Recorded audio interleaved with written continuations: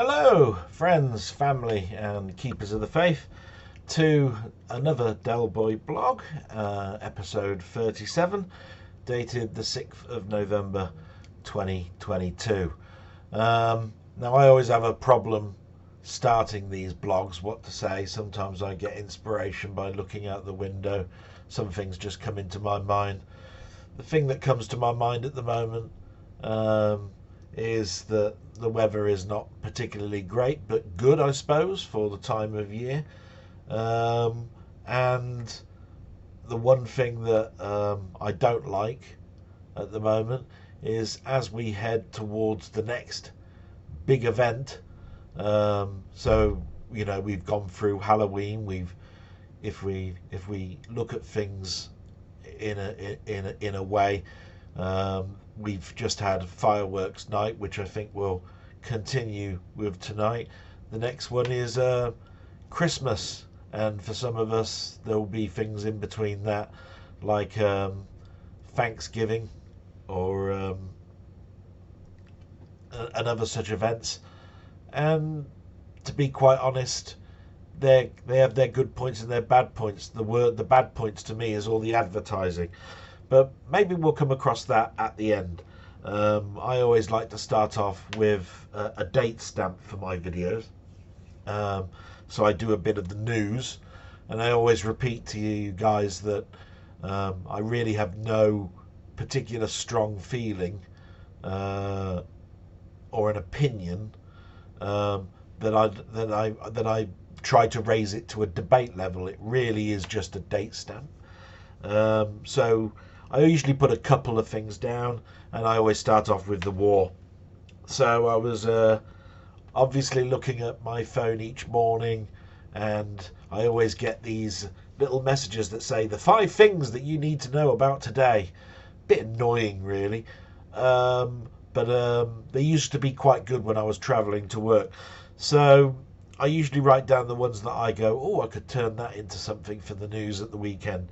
So what came out for the war? So British intelligence believes Putin has deployed barrier units to shoot Russian soldiers who try to desert the front line.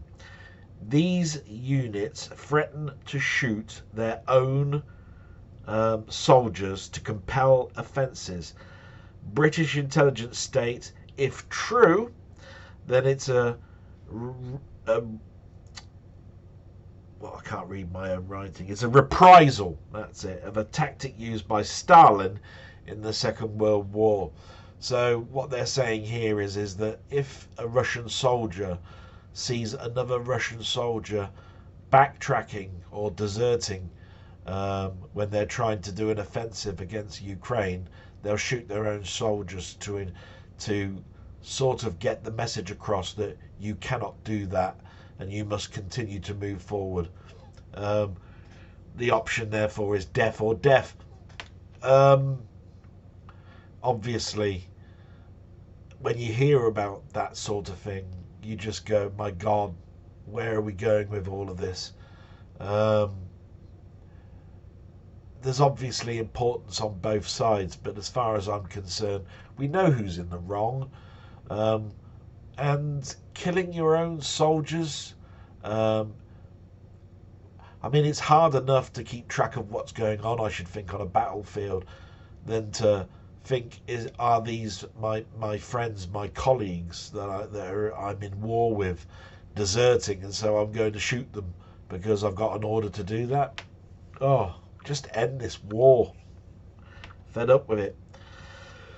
COVID, probably some good news. Yes, cases of COVID dropped amid the booster campaign. 1.3 million now have received the new booster. By the end of this weekend, 50% of those set to have the booster will have had it. And then therefore infections have fallen for the first time since mid-September amongst this campaign. Great news. I've had my booster. Obviously, a lot of people have their own opinion of the booster, the vaccine, take it, don't take it. I know my mother does. I know I do. I've always taken it. It was a leap of faith with the first one, but as soon as I didn't have too many side effects, I went, oh, okay, yeah, I wouldn't have no problem with a booster. And I've now, what was that one? That was what they call the fourth booster. No problems with it whatsoever. It left me tired. I had a lump on my arm for a couple of days.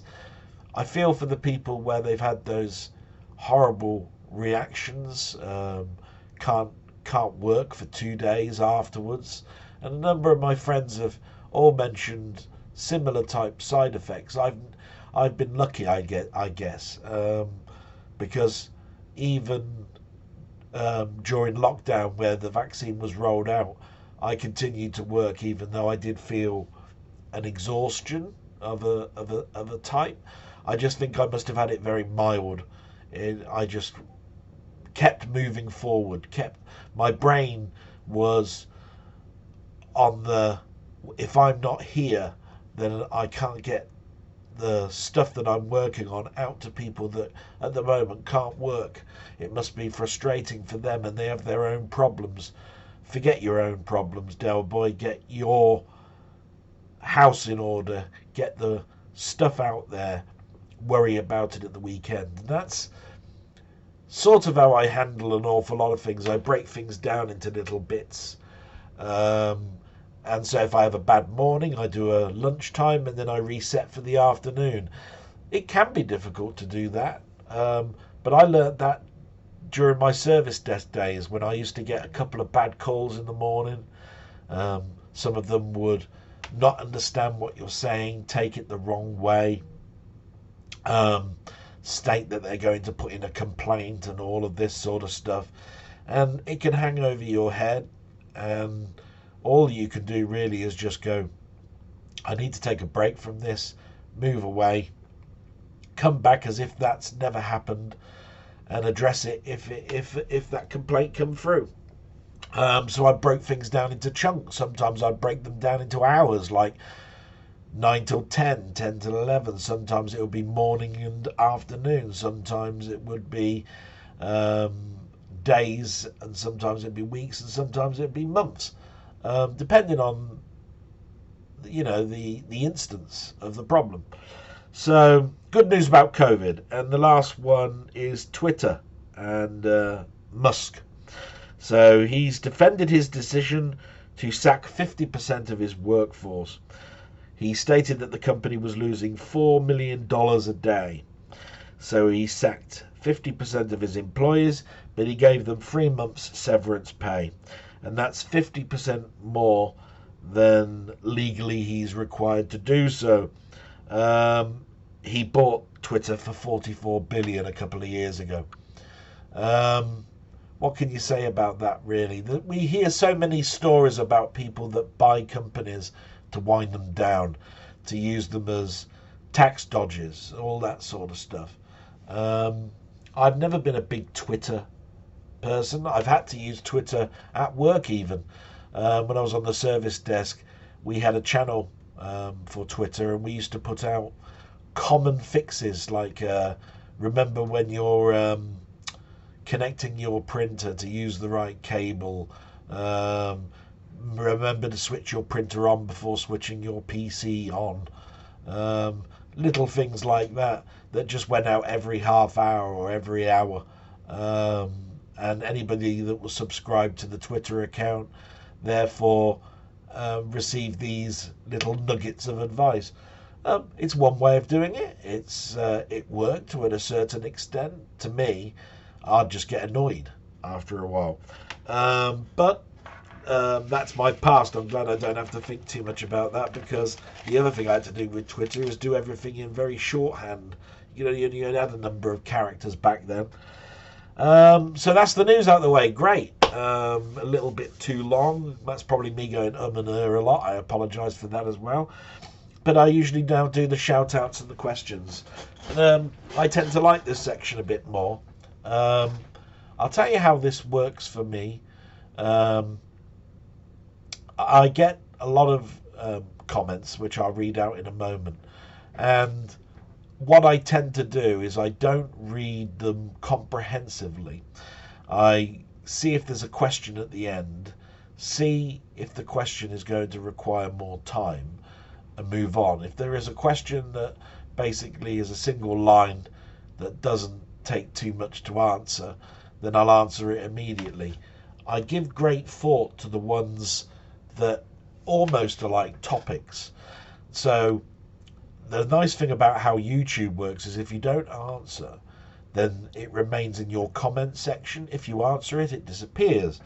So what I've gotten into the habit of doing is answering certain smaller questions, and that leaves just the open questions left. Now, I do put some thought into it, but most of the time I speed read and I take no notice of it. All I want to know is it one that's complex and one that's not? And if it's complex, then of course I need more time. So mine's a mix and match, therefore, of quick off of my head on the day that I'm doing it, and other ones are ones I've taken the time to set it aside, have a think, and come back with a better answer. You'll know if it's a better answer because you'll probably see me looking down and going, oh right, I wrote some notes. Most of it is actually on the fly. I'm very much a mixture of that type of thing because I think it makes it more interesting, especially if I'm having to also train my thought. And I've noticed that when I'm off work, I'm probably destroyed a billion brain cells that normally would still be alive because I'd be at work problem solving. So I don't tend to totally research everything. So if I haven't got a good answer for you, I do apologise. Maybe I should have done some research on that. But when I first read your question, it seemed like one that I could answer. Do you see what I'm getting at? So shout outs. Let's go down the list. So we've got, these are people, by the way, that have commented, just even if it's one word, on the content I brought out this week. So that is Mark Whatever, Martroid, Highlander, Rocket Bunny, Steve's Gaming, Colin Jones, Scott, I can't read his surname there, I'm so terrible at this, Down the Rabbit Hole, Lord Evil, Milfy Swinbuckle, Denny, Ian Batchelor, Jambon, Wee Bob Art, Roberts Retro Gaming, and Ox. I think it was Breffen. Sorry about that, Scott.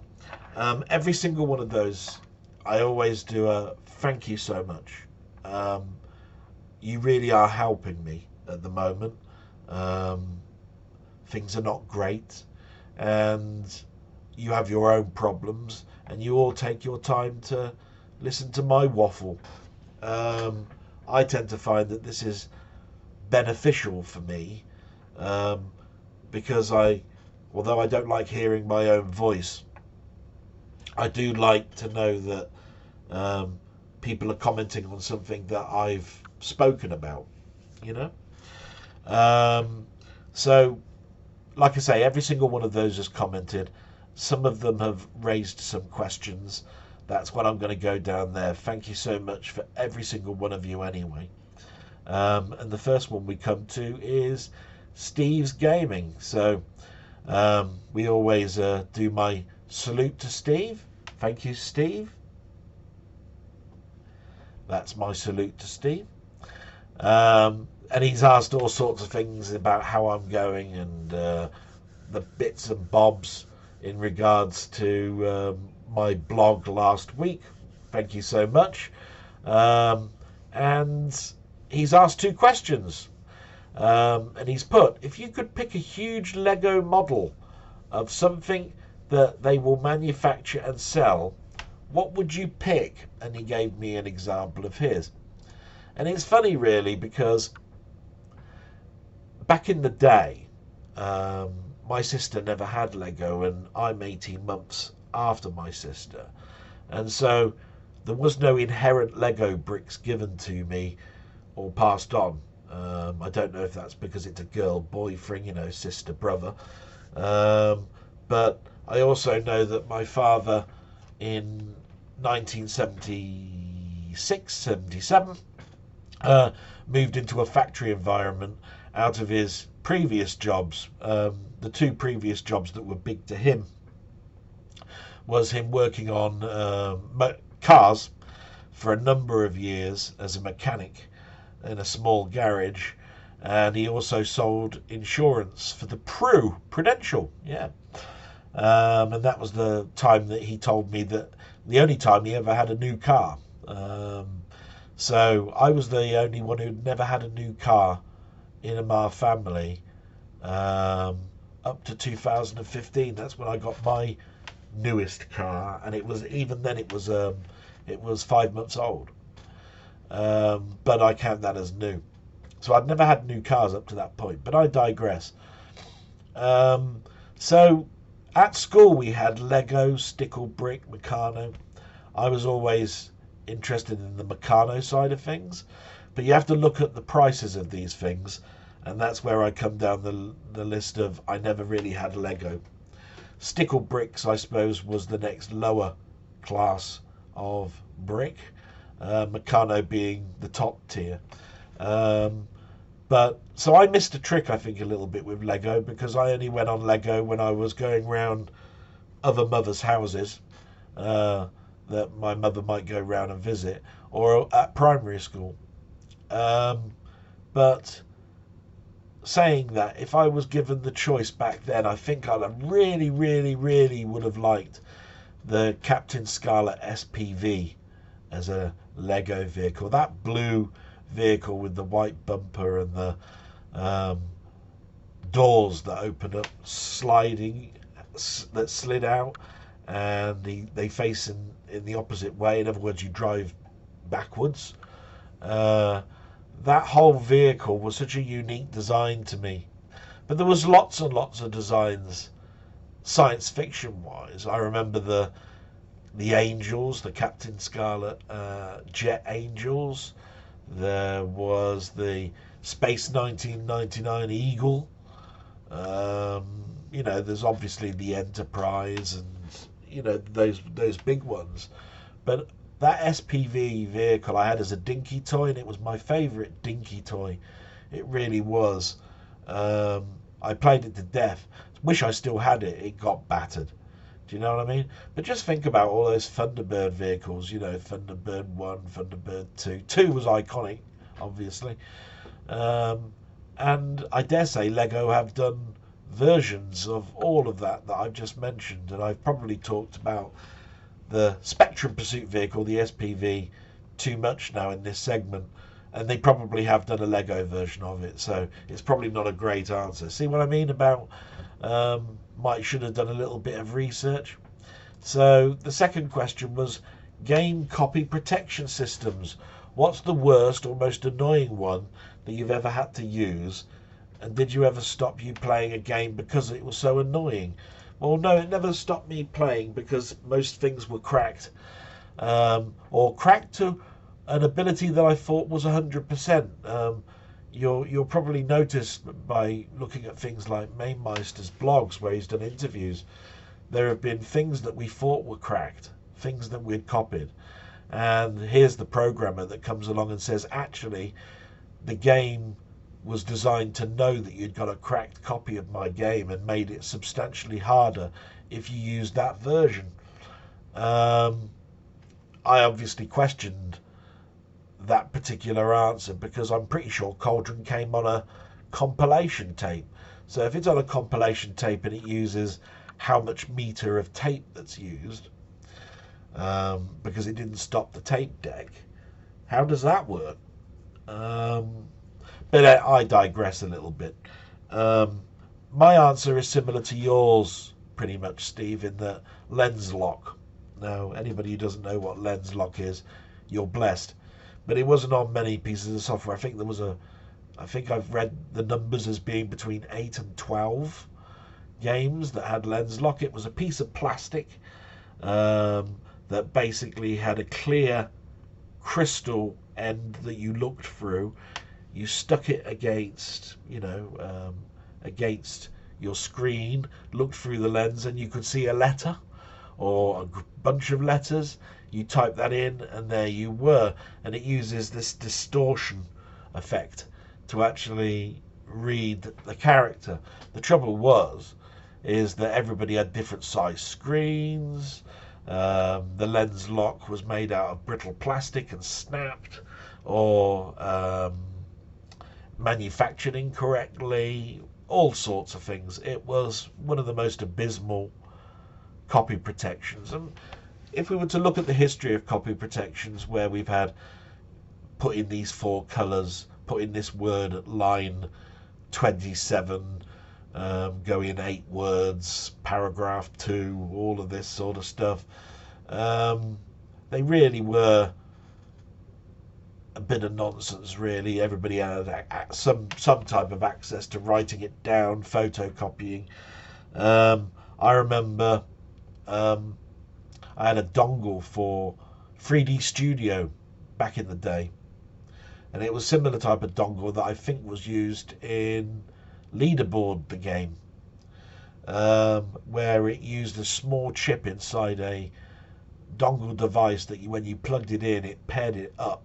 The code matched, and with the software that you just loaded up, and you were able to then continue to well, in the point of view of 3D Studios, you were able to continue doing 3D mapping, so that you could do some nice ray tracing and all that sort of stuff. And then with games, it would be to play the game. But copy protection to me was more not in the games, because knowing people that were in cracking groups, and I did know quite a few of them, because Oxfordshire and the Midlands was rife with teams, for which I knew a few people. The biggest protection problems that I had were mostly for video. Yes. Not only was I converting NTSC to PAL using expensive boxes that would convert the signal to generic using RAM, and then exporting back onto a medium that would be PAL for me. There was also the copy protection where if you stuck 2 videos recorders, the gain control would be used to make it wobble and distort and go black and white in colour, called macrovision. So I figured out ways around that, using small little boxes. And then, of course, you've got DVDs that used a range of ways to protect their content on their discs. I think one was called CSS, or Content Scramble System. Yes, that's, I think, if I remember rightly, they put certain tracks on the disc where the data was distorted. The disc was put in, and it had to authenticate itself. If it didn't authenticate, then basically it would go to the points which have got distorted or corrupted data. If it did authenticate, it would just read the tracks normally, avoiding the corrupted areas of the disc. The trouble with that is certain players didn't like it, and so no matter whether you had the original or not, it would play those distorted areas. And I think they upped that particular system to something called ARCCOS, or RipGuard. Yes, I remember that as well. The trouble with this is that most people are intelligent enough to know that if you've placed a layer of protection over something, then all you need to do is remove that layer. It's something that's additional to something. If it's integrated into something, it's harder to do. It's like defragmenting a drive. It's like it's scattered about. But most disk systems read a start of a track at the beginning or the end of the disk that tells you the layout of where things are. So to be quite honest, it's not that difficult most of the time to get past that. Yes, it will probably hold back by about 2 months, but then it's obsolete, and you probably spent 6 months designing it. So yes, copy protection's been a bane for me. I've managed to get around it a number of times in a number of different ways. So great questions there, Steve. Thank you very much. And we move forward to Rocket Bunny. Rocket Bunny's great. He's been a big supporter of mine. Thank you very much for that. He even came up with a question last week, which I answered in one of my videos.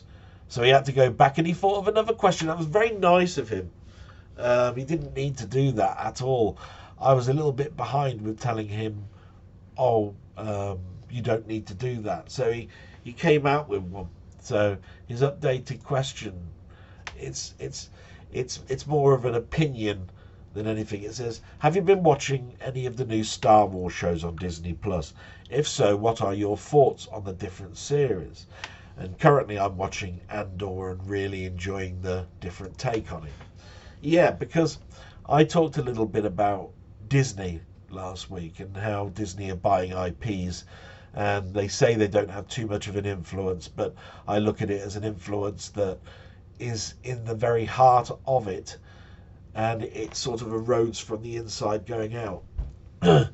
And you have to start thinking a little bit about one person's vision watered down into something else. And I, like Rocket Bunny, have been watching Andor. I mentioned a couple of weeks ago that I'd watched the first 4 episodes. And I only started to go back to it this week. In fact, I think they're up to episode 8 or 9, and I'm up to episode 6, so I'm behind, actually. But it is a very interesting take. It's a different angle on Star Wars. It's sort of like, while this is going on, this was going on type thing. I wasn't too big a fan of Obi-Wan. It's had a massive backlash, Obi-Wan has, as a series. I found it to be very popcorny, i.e. sit back, relax, don't need to worry too much about it.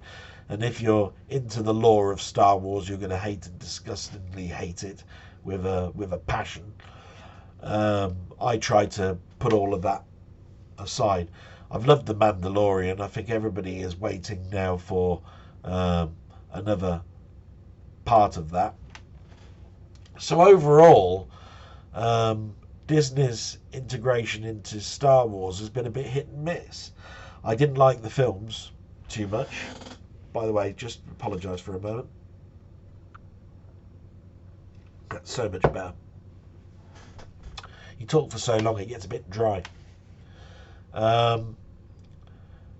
It was a nice idea to go forward rather than do prequels. And it was even nicer to see our memories come back with those characters. Even though we know that there's a history that they don't want to come back. But they felt they needed to do that because their career is based on the characters that were in those films for a number of those stars.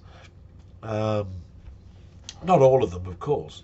I mean, Harrison Ford has made he's an A-plus player, actor that really doesn't need Star Wars as a reminder to his work in film. But going back to all of this, I think when Lucas moved away and other people started to fill in the blanks, like fanboys that have got a lot of power to make their own way in a universe that wasn't created by them, sometimes doesn't work. So I suppose we're talking about Abrams here. He did the first of the new films, moved away for the second one, and then said he had to come back for the third because it was so off track. Well, then you're watering down something that's beloved.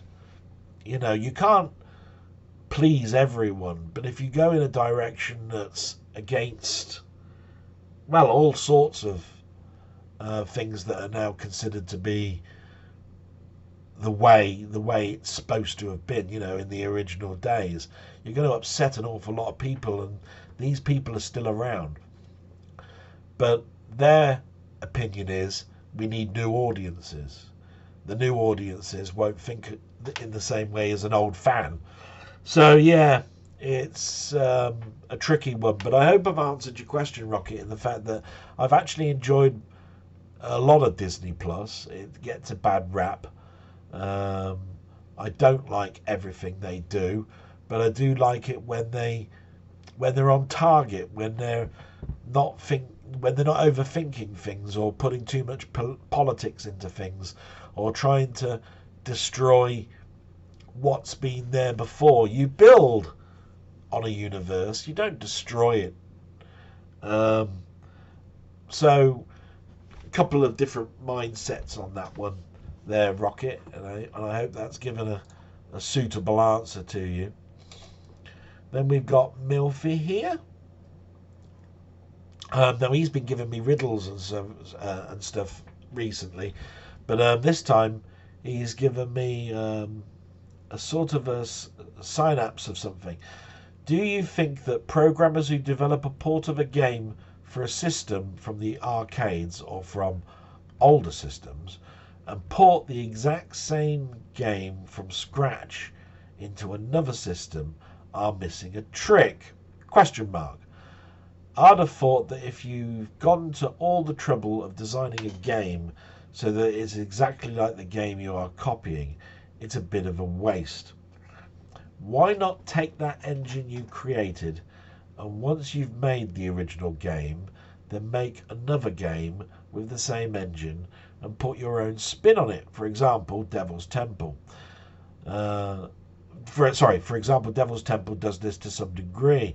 The programmer could have just made a straight-up port of Kung Fu Master, but instead made something unique, adding to the game that inspired it, instead of just producing yet another remake of an old classic that can now be easily played through emulation.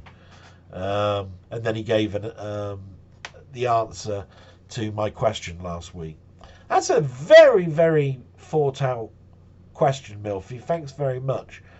And I have to say, yeah, back in the old days, we knew that the hardware that we got was never going to be able to play in the same way as it was on the higher up system. So in this particular instance, I'm talking about an arcade conversion to a lower system. But I think we were lucky in the fact that certain programmers knew this and decided to have a meeting, if it was more than one person, deliberate what makes this game iconic, whether it be Kung Fu Master with its side-scrolling and its barrage of people that came at you and all you had was a certain set of moves to kick and punch, or to something like Bomb Jack, where you leaped and sort of fluttered and floated, picking up bombs in certain ways and so forth. The type of problems that these machines had was not only the speed, but sometimes the resolution of the screen that they had to write in. The Commodore 64 was always hindered by that, where a lot of arcade games were more horizontal than vertical. So, from that aspect, they decided to go in a different way. Now, some of them went in a way where they wrote an engine, and that engine could be reused. Let's look at Driller, for instance. That's an engine, made a couple of games out of it. You could have used that engine for hard driving. There you are. So you're reusing something and making again something unique. So hard drive probably came first. Develop your own type of engine on that. Make a space exploration strategy type game out of it. There you are. Which is pretty much like Devil's Temple, which is a lovely game, by the way. I have actually played it. where it's more vigilante and Kung Fu Master, but it's upscaled to an nth degree. You know, where you can now move left and right. There's all the beat 'em up parts of it. The graphics have been superseded. The sound has been superseded. But it still has that structure to make it look like Kung Fu Master. And I suppose I've been quite blessed, really, in the fact that if you do go to certain websites, you will see early development shots.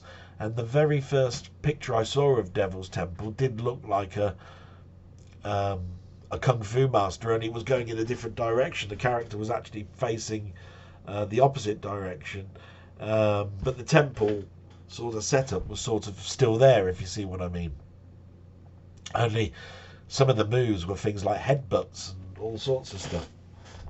So yes, I do think that programmers miss a trick.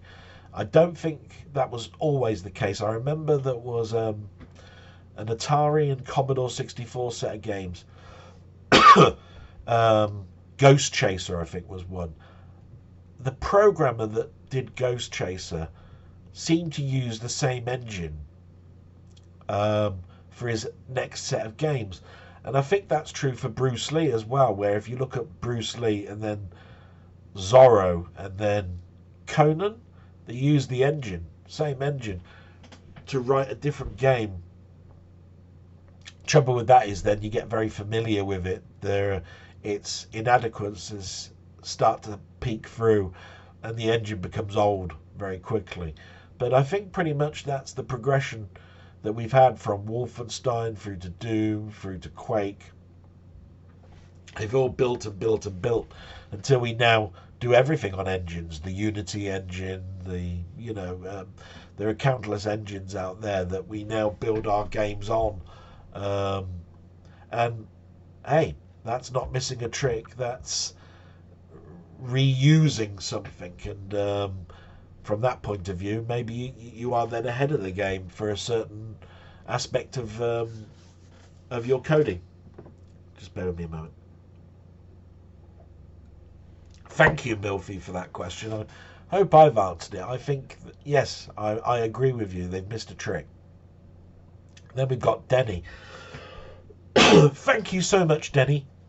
Oh my God, you've written so much trying to catch up with all of my waffles. And you've written like 24-point essays on all the things I've written. And it's very, very much appreciated. And the more I read them, the more I go, just like Steve, how you're so much like me in so many ways. I felt that about a number of people that I've met through YouTube, and it hasn't always been the same. Even if you're totally opposites, you can still be friends, still have opinions. Your opinion is no worse than somebody else's opinion. You know, it's just how we do things. It's how your brain works in regards to, do you accept it or not, and do you not bad mouth it, but do you come up with an opposite view of it? And sometimes I'm not fast enough to do that. So anyway, getting to your question, what features would you like to see in Guild Wars 3 if it's released, and what would you leave out of Guild Wars 2? So one thing that I know about Denny is that, like a little bit of my past, my introduction really to massively multiplayer online role-playing games was Guild Wars, for which I've still got installed. In Guild Wars 2, I was part of the early adopter test on it, having a big kickstart before its launch weekend, and therefore was much further into the game when the gates opened and the floods of people suddenly started playing it. And I haven't gone back to it for a while because it became a little bit convoluted for me. It became a little bit samey. What was samey was warm and fluffy because it was something I was familiar with, but the things that people were now being introduced to, I couldn't get to very fast because you needed to be part of a clan. So to give you an example of that, they came up with this lovely, unique thing about riding on backs of creatures, like creatures that could jump high or fly or whatever. And you had to do a certain set of tasks and chores and have a certain amount of content under your belt before you could get these creatures. And the problem with that is, if you move away and then come back to it, you had a heck of a lot to do to get to that point. And people that were in clans or groups moved forward at such a heck of a rate that basically they were completing the content that the developers had been working on in 6 months. They were completing it within a week. So you were alienating people that couldn't get the stuff and complicating it for new starters and making it, and then it was too easy for people that were part of groups. That balance is the problem for any massive multiplayer role-playing game. And if there was something that I'd want to remove, I suppose they used to do these events, like they did one at Christmas and did one at fireworks night, and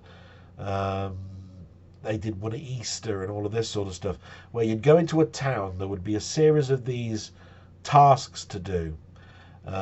Like at Christmas, there'd be a snowball fight, or you had to do a jumping puzzle where ice was on the ground, so of course you slid, making it very difficult. And you built up some currency, and then you'd go to storeholders, take that currency, turn it into something else, so that you could get this wonderful present at the end of it. And it was supposed to keep you occupied during a certain period of time, like Christmas. I'd get rid of all of that now. It used to be good, but if to do it every year was terrible. So they did a lot of things that were right and a lot of things that were wrong. One of the things that was right was they celebrated my birthday. So depending on where you came in on the game, they counted that as your birthday, and you got a present every year. And it said, happy 5th birthday, and you had your character name, and you'd open it up and there'd be a load of stuff in there that you could use. All of that I'd keep. But they confused a lot of stuff. One of the things was they called them world events or experiences, and they called them stories with chapters. The trouble is they broke these stories into chapters and then mixed and matched them. Some you had to buy, some of them you didn't. And you didn't know if you left where you were in one part of the chapter of a story, if you went to another part of the story, would you therefore have to start at the beginning? It was never very clear, and I think that confused a lot of people. The other thing was there's the laborious aspect of it all. They wanted you at some point to get seeds from plants, and then you'd buy a plot of land in your hometown, because you always had a home area that you worked in, and you ended up every day planting seeds, and then the next day pulling up those root vegetables or whatever, so that you could cook things. And then there would be other things like requesting things on billboards, like I need a certain amount of gold, and the next day you'd pick it up, and so forth.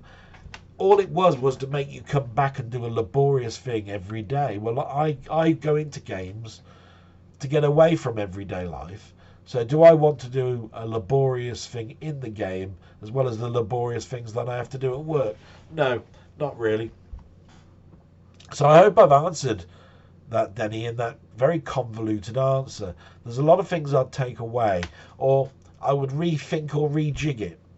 And definitely make it clearer.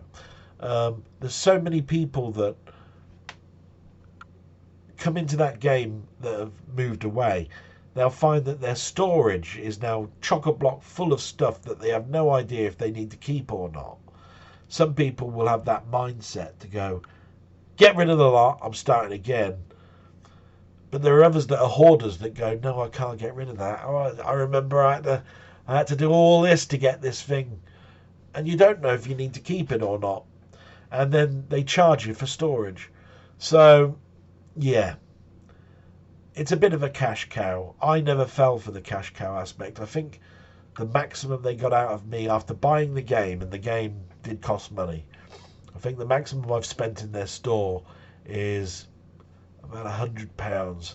So all in all, there have been 3 expansions to Guild Wars 2, and the maximum I've spent is the game plus £100, and that means I've spent about 150. And if you put each game costs 40 quid, and there's 3 of them, I've literally spent next to nothing giving them their money. So it didn't work on me.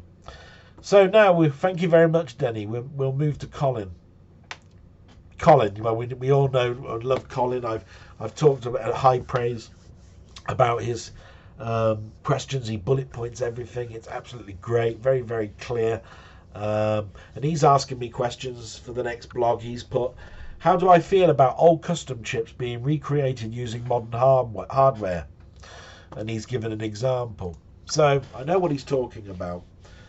Back in the day when we had the Commodore 64, we'd have an 8-bit chip, a 6502, a 6510, etc., etc. And they were restricted by the design of the chip at the time, and then as we move forward they revised that chip to the point where it was then discontinued. Why discontinue something that could still be used for something else later on, such as a medical device? How about taking that chip, re-engineering it and adding some more RAM, and therefore not having to use higher end 32, 64, 128-bit chips to do simple tasks where a smaller chip with more RAM would do it, because we're all stuck in our trappings. So I'm a big fan of it, to be quite honest. I think it has a shelf life to it, and that's because when it comes to FPRG and the MISTER and the fact that you can basically synthesize the very nature of a chip by using another method, then basically what's the point in designing the chip itself? So I find that's the only downside of it. I think it's wonderful that people are looking back at old technology and saying, hey, can we do something similar along this line? Get rid of the bits that didn't work but still keep its compatibility, and then add this. That's wonderful, Colin, and I'm all for it. And like I say, you gave an example, the 6510 with a built-in 512k of REU being RAM expansion module. So if you think about it, the Commodore 64 had a chip, there was a RAM expansion module that you could buy it. Sorry, just get my basic focus. There we go.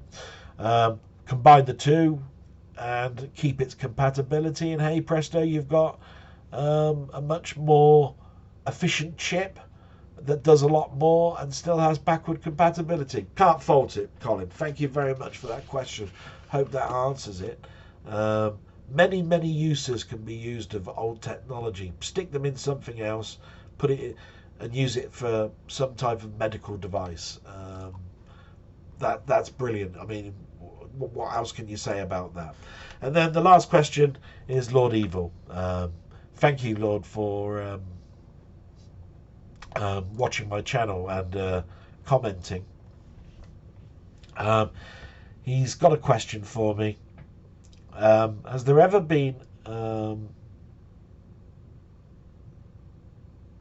was there a most disappointing film you saw in the theatre? And it's one that I could have answered in a comment to you, Lord, but I thought I would go down this route because although I've answered it in a certain way, I wanted to give you one example of a disappointment. Now, as a kiddie, Condor Man was a film that had just about to be released. There were a few articles in Starburst, but this was Michael Crawford doing a spy thriller kiddie thing for, I think it was for Disney at the time. And the vehicle that was going to be used in Condor Man was going to visit the theatres of certain towns and cities around Britain, and my town was no exception. So outside my Odeon, on the release of the film, was going to be the Condor car. And I was getting very, very excited about this because I think when this film came out, I was still not a teenager yet. So I was going to cinema club. The film came out and it was a big disappointment. The effects were bad even for the time. The story was convoluted. I couldn't get into the character. And the vehicles, although some imagination was in there, you could see that they were just vehicles with strapped on bits to make it do certain stuff. More like a stunt vehicle, where you could see the parts that made it a stunt vehicle. So Condor Man then became something that everybody knows is a bad film, but it had the best intentions. But to me, it was a film that I was really looking forward to, and I was hugely disappointed. But the thing about me with films is I always like to see something good in them, and I've therefore not been that disappointed because I don't raise my expectation levels now to anything like I was when I was a kiddie. So I realise pretty much in the first 5-10 minutes whether a film is going to be a popcorn film. I use that term a lot. A popcorn film is a film where you switch your brain off and you just get entertained by the journey that the director wants you to go on. Each stunt is then followed by an even bigger stunt, that even then follows up by the biggest stunt in the world at the end. And then when they do a sequel, every stunt is bigger than the last film. Popcorn film. So, and we have them every year. Blockbusters films.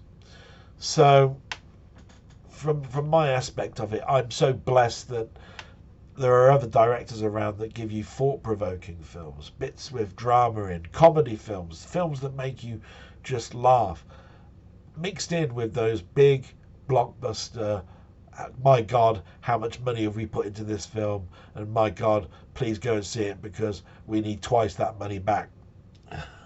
Which is generally the film industry in a nutshell.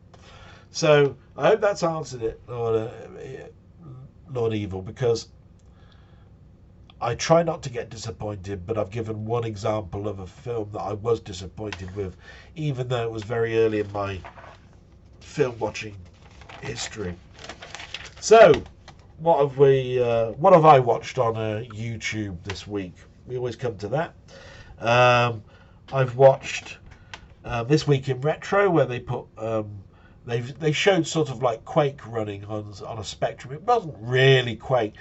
It looked more like Driller. Remember, I was talking earlier about an engine. It looked more like that. But it was interesting to show what could be done and what could have been. I like those shows when they do that. That was interesting. Now, there's a new one that I've just been introduced to, which is Generation Pixel. Apparently, there is a group of people that basically get nominated each month to be YouTuber of the month. And I mentioned a couple of weeks ago that I discovered through another Discord a person known as 8-Bit Rach. Now, I looked at 8-Bit Rach's stuff, and the reason I looked at it was because I wanted to know if there was another way that I could do my channel, you know, whether there was another method, another topic I could add, something that would make it less boring or bland. And I looked at her journey and got quite addicted. And this month, just gone, she won YouTuber of the month. Great for her, brilliant. And then it's down to her to nominate the next 5 people, and they will be 5 people probably from channels that she's watched that have influenced her, and so forth and so forth. So if you go to Generation Pixel's YouTube, you'll probably know a little bit more about this, and it's definitely worth having a look at 8-Bit Rach's channel. She does Amstrad stuff mostly, But she has been on a journey, and she has tried to express herself in all sorts of different ways. And that's what I was looking at when I was looking at her channel. Then Movie Collector has done a review of Maverick, his 4K review of the film Maverick. Very entertaining, very good. The thing I like about Movie Collector is that he used to be a projectionist, but he goes into more of the background in regards to the film that was before it, like Top Gun, the reason Maverick got made, the hindrances of the production of that film, such as the original director dying. Rest in peace, Tony Scott. We all know the reason and what happened to him. And then, of course, COVID delayed it, and so forth and so forth. Definitely worth watching Movie Channel's video. Brilliant. And then we've got Lady Fractic making a Lego Atari VCS or 2600 system. That can be funny because not only are you watching somebody create something, not only are you learning that there's something out there that you could actually have a go at yourself, they fill in a little bit of comedy elements into it. And if you get into that particular channel, then basically you get into their mindset of their comedy and how they give across information, but in a funny way or in a serious way. So that was interesting. Didn't get anything really from it, but it was quite entertaining to watch for a couple of minutes. And then Tech Moan I watch every week. It's mostly audio stuff, but it just received something called the Soundburger. Now, I don't know if you know what the Soundburger is, but the Soundburger is a portable record player. It looks like a big arm, and what you used to do was you used to carry it around. Records were huge, you know, like 12-inch discs plus. But what you did with this portable record player was you could carry it around in your bag, put it on a desk. The record would then be sticking well out of this arm, but the arm of the record player stuck out so far out that it would move closer in. So it had to be on a flat surface, and they weren't cheap, these Soundburgers. They were like £200. They weren't supposed to be Walkmans where you could play it off of a shoulder strap while you were walking along. It was more about the portability of being able to carry a record deck. The company that made the Soundburger is celebrating their 60th year, and it was the 40th year of the Soundburger coming out. So they brought out an anniversary version. This version's now got Bluetooth and all sorts of stuff. So not only has he re-reviewed a product that's been out since 1982 with the newer model, he's took it to bits and shown you whether the parts inside are less quality than the one that was produced in the 80s. Because we all look at stuff in the 80s and go, that was quality built then. I mean, who'd have thought that we'd have bought our computers and they'd still be running 30 years later? They must have been incredibly well built. Well, here's an aspect. The Soundburger, it's basically a 40-year-old product, and he's got one and it still works. So definitely worth a look. And then all your stuff. What have I been watching of your stuff? So I've watched Down the Rabbit Hole. He did a discussion, I think is the best way to say it, of the last part of an episode of Star Trek and how it affected him. And it brought back a memory for me. And I commented on it. And it's good that I see videos still being made like Down the Rabbit Holes, because I need something that jolts a memory that then sparks a discussion, and that did both things. And then I've seen Keep That Up, Down the Rabbit Hole. Then I saw Ponder Stuff, where he did a high score kerfuffle of Zektor. Zektor is an arcade game, if you're not known. Every time he's part of the high score, he does a stream of him trying to play the game. This one's a very interesting game. It's a vector shoot 'em up from the very early stages of arcades. One of these days I'll get encouraged to play it, but at the moment I'm waiting for my arcade stick adapter to come through. And then I think I might start playing a few things. I'm not brilliant at games, but I do like to participate in a number of things. And then we come to Steve's Gaming. Now, he cheered me up right at the beginning of the week by doing a third Halloween piece to appease me. And I gave him some ideas. I said I found it very strange that people don't talk about trapdoor anymore. And quintessentially Halloween for me as a kid was all about Scooby-Doo. So I'm going to give you two things here you can look at. I'd love you to do trapdoor because I think it's a great game based on a great TV series that nobody talks about anymore. And the other one is Scooby-Doo, because how can you have Halloween without Scooby-Doo? Because I'd have gotten away with it if it weren't for those meddling kids. And of course, I was crying at the beginning because I was having to play every he was trying to find a good Scooby-Doo game and there just isn't one. You see what I mean? They're pretty not very good. And unfortunately, he couldn't get trapdoor for the video because, well, it is a little bit difficult control-wise. So I can understand trying to get the complexity of that game in a video and learn all the controls again would have been difficult for him. I'd like to give you a challenge, Steve. You failed. Now, Rob has been continuing to do his games, and he was also been interviewed just recently by Ballistic Coffee Boy. Very interesting interview. Definitely, as I always say, definitely go and watch these videos. Robert's approach to doing games, which has been mostly Minecraft and some Atari games, but thrown in with some arcade games, is very good because not only do you see him playing it, you get to see the mistakes you make in a game, and you probably will then learn, if you try and do it yourself, how to get past that point. But it won't be a walkthrough. So you'll learn the very basics, see something that you probably enjoy that you wouldn't have normally enjoyed. So I'm a big believer that Steve's and Rob's channels should be looked at. And then you got 20th Century Gaming, who did a stream last night. He's starting to put things onto Twitch, which I'm not big on Twitch, I have to say, but his channel is so good because he likes to try to complete games, and he tries to do it within his stream. And then he fills you in with all the background about where he first got the game from, when he first played it. And then as he goes through the game, he'll say, now this is the bit where it really is touch and go whether I'll get past it, and all of this sort of stuff. It's engrossing.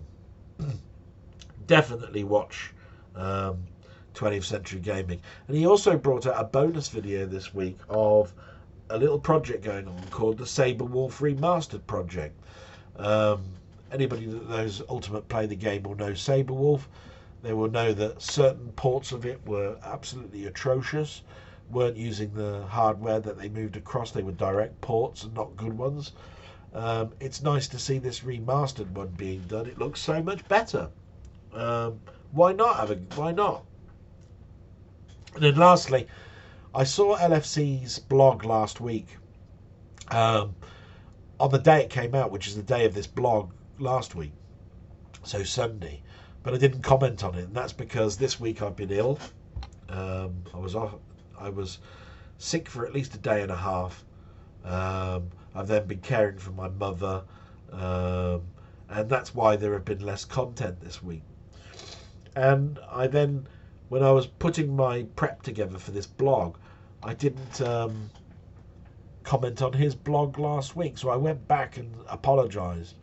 And just want to say that blogs are good because they give you different angles of aspects of things that you will enjoy as well, probably. I don't know anybody that doesn't like to deliberate or have a conversation.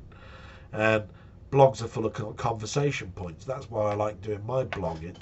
I look forward to next week hearing what other people's thoughts are of the angle that I brought into a conversation.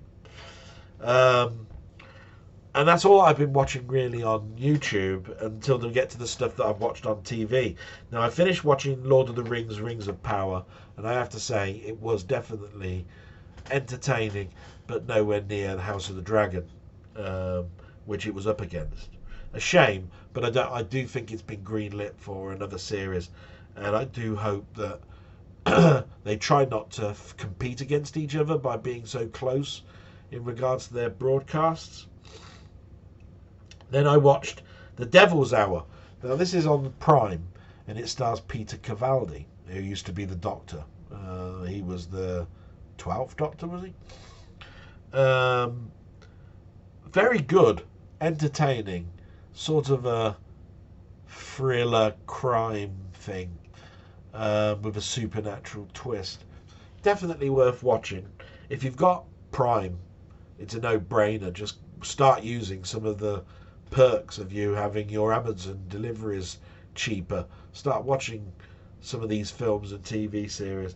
And there's another one on Prime called Night Sky, which basically has J.K. Simmons and Sissy Spacek on.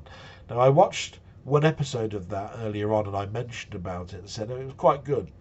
And I finally got round to watching to the end, and I still feel the same. It was entertaining, quite good. I don't think it's one that I want to have forgotten. That's why I'm mentioning it again. It's not one where there's some things that I might mention that I'd say I like that, and then I know that there's going to be no second season or third season, or it doesn't happen, and it will never appear again. I actually quite look forward to see whether this one does have a second series. I've got a funny feeling it won't, but I don't want that to put people off. It's an interesting science fiction TV series, and worth your effort. And then I always come across the thing that is probably most pertinent in my life at the moment, and that's revisiting old programs. And I can mention a million things that basically I've watched over the years, but this one came out of the blue because I was watching In Sickness and in Health, and I mentioned last week an actress called Irene Handel, who used to be everybody's favourite granny, and I didn't know she was in a 4-series comedy series back in the 70s that only lasted 2 years, but it had 4 seasons plus a Christmas special.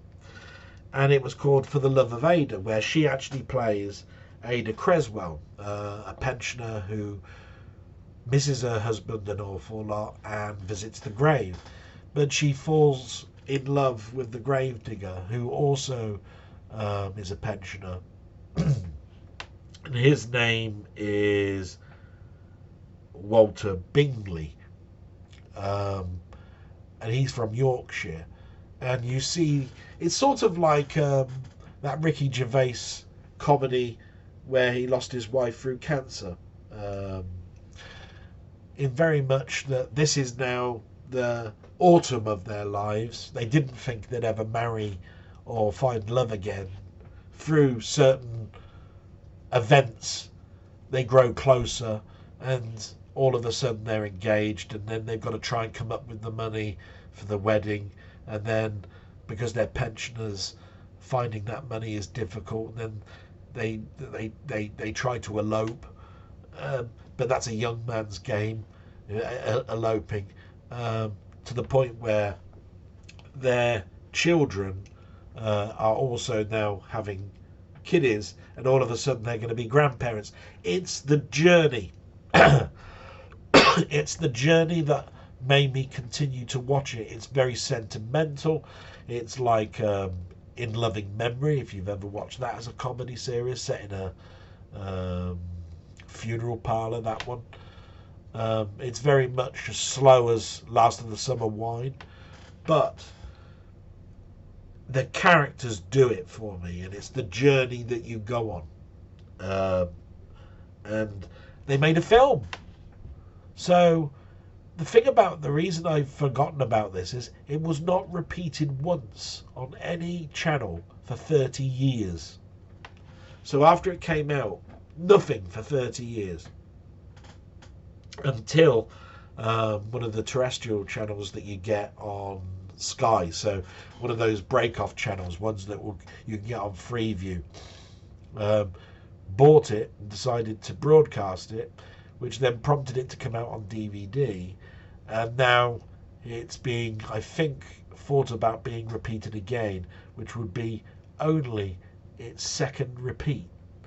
for something that's been around since 1970. How strange is that when you consider how many times Faulty Towers, how many times Only Fools and Horses, how many times, you know, all of these other great comedies have been shown over and over again, and there's these little nuggets that you never get to see.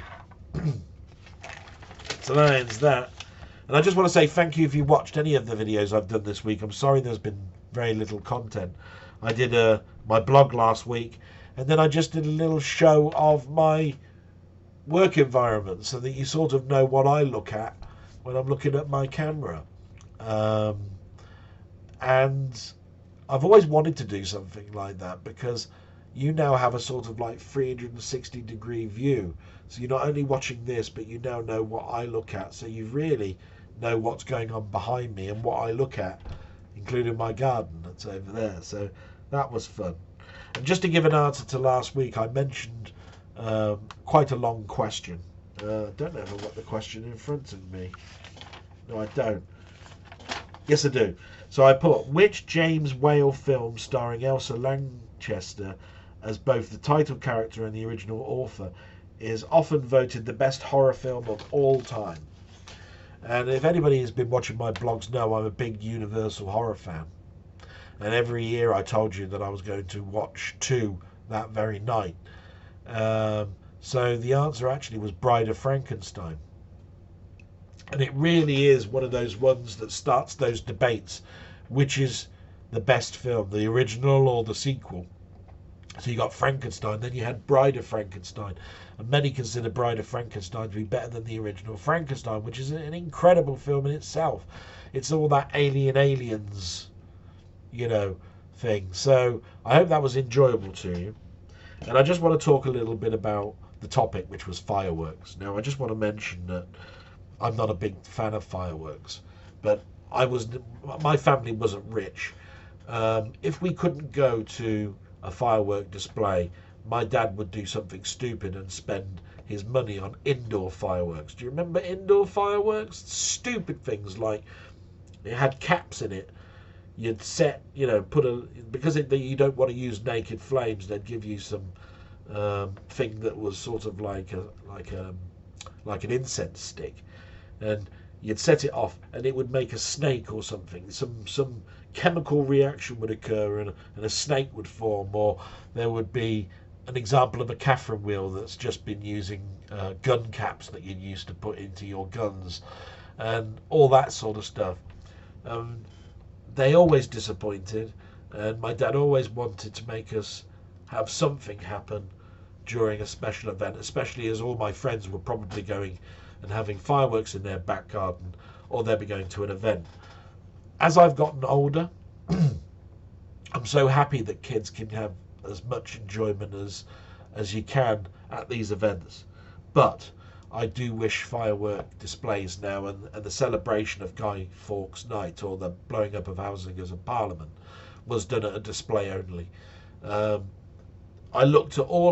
tried to do a pros and cons, and my cons I wrote down here were noisy, distracting, harmful, scary for animals, side effects to the environments, soil issues from discharge of the fireworks, and pressure on the NHS with all the accidents. And when I put down the pros, I thought of about 4. So from that aspect of it, I just wish we didn't have them in our back gardens anymore. I know from my family we couldn't afford them. We went to a display. We tried to do it twice, I think, from my years of from the day that I was born to up till I was 16. I think we bought fireworks for our back garden twice. So that just about shows you the poverty cycle, really, in my family. We just couldn't afford this. Sometimes my father, you know, would try and find out whether there was a display going on in the back garden a couple of doors down from where we lived, just so that we could give them a couple of quid and join them. That must have been so embarrassing for my father. But, you know, it is what it is. So that's the end of the topic. And I haven't really got a question for this week, but I've got a little bit of a piece of music, less than 6 seconds, so I don't think it will get a copyright. I want to know the film, I want to know the composer, and I want to know why it caused such controversy when it came out. And hopefully you'll be able to hear it because it's just going to be picked up by speakers. So here we go.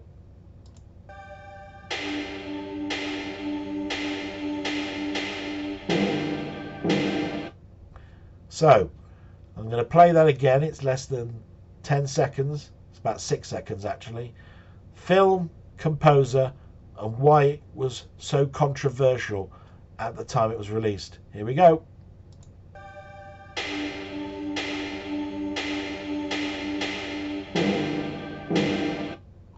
And that's the end of that. Hopefully that's come out. I will check it at the end before I upload this video, and I just want to say thank you. Thank you so much. You listen to my waffle each week, all the ums and ahs and the unprofessionalism of what I try and do, and I just hope some of it has got some thought-provoking things that I might have picked up upon that you might want to go and watch. Please respect other people's work. There's a lot of people out there, and I've mentioned a few names.